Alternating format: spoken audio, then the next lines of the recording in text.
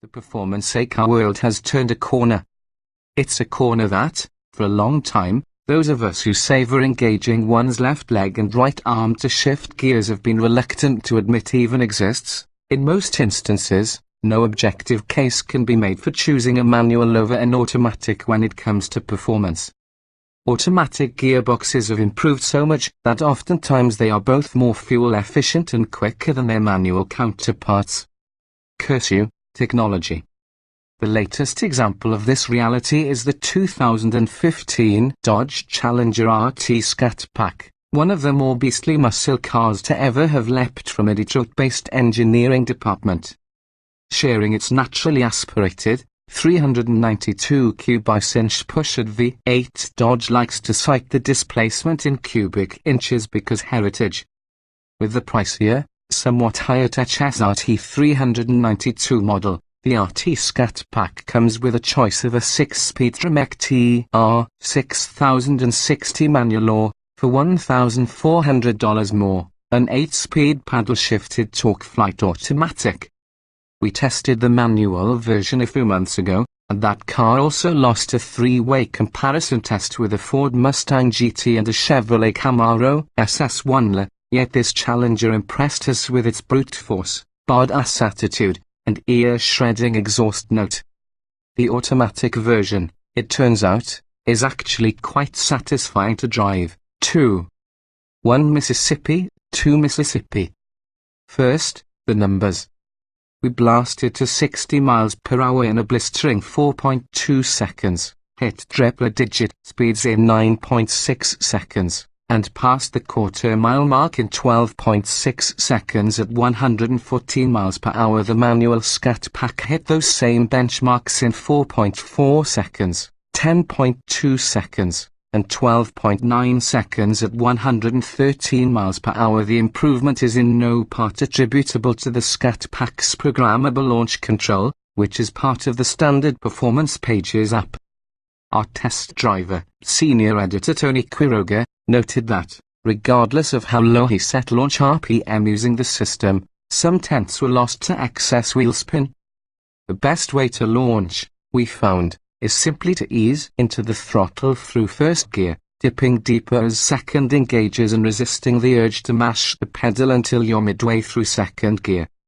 Otherwise, it's a cloudy day in the neighborhood. The transmission itself is a honey, as we've noted in our reviews of other vehicles that use it. Demure as a house cat in its default settings and bordering on violent in its more aggressive settings, this designed torque flight 8-speed unit delivers satisfyingly quick and drive-matched downshifts at the tug of the left paddle. It's not quite as speedy to swap ratios as a dual-clutch automatic, but it's far from your typical slush box. We give serious kudos to Dodge's engineers for tuning this transmission to match the raucous personality of the Hemi underhood. For what it's worth, we expect that the launch control would come in handy on an actual drag strip, especially with slicks, but we test in conditions more like those you'd find in the real world. Still, 4.2 seconds to 60 is pretty damn good for a 4,261-pound full-size two-door sedan, which is essentially what the Challenger is. Just as impressive are the Brembo Brakes with 4-piston calipers at each corner, which yank the big guy down to a stop from 70 miles per hour in just 154 feet. The Scat Pack's throttle is also quite touchy even with the powertrain in its most docile setting, regularly provoking the same wheel spin we experienced at the test track.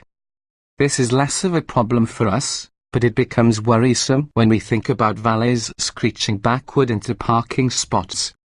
And when the roads get slippery, well, suffice it to say that the Scat Pack is a fair-weather friend.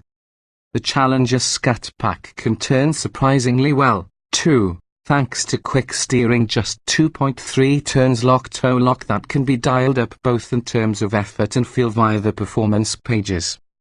But be sure you know how to catch a slide before you turn off the stability control, as the 24,545 Goodyear Eagle F1 supercar tires generated 0.90 grams of lateral grip on our skid pad. That's a decent number, but it's not so sticky that the rear won't break loose fairly easily under power. Even when that happens, though, the body remains heroically flat thanks to a stiff-iron suspension. We noted moderate understeer on the level skid pad, but if you're heading downhill on, say, a mountain road, it's best to respect the fact that 55% of the car's mass is riding over the front wheels, and that this Dodge is all too happy to push your line wide.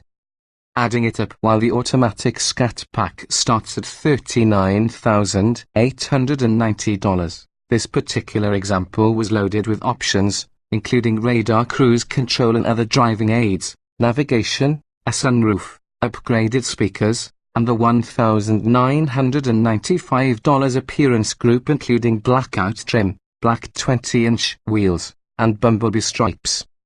It also had a redammed black fork suede and leather interior that contrasted dramatically with its stormy grey paint.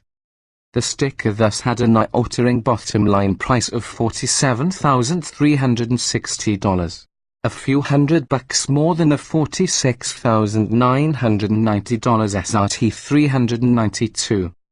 For that kind of coin, we might recommend stepping up to a basic SRT 392, if only to get the adjustable Bilstein shocks. They keep the car buttoned down in corners but also impart a far more highway-friendly ride. The 392 also has stronger brakes and comes with a complimentary day of driver training. While the Challenger RT Scat pack is heavy no matter what transmission you choose, and the automatic is unlikely to change the car's standing in the aforementioned comparison test, it is a very fast and charismatic muscle car that delivers on every promise made by its bodacious styling. We dig it.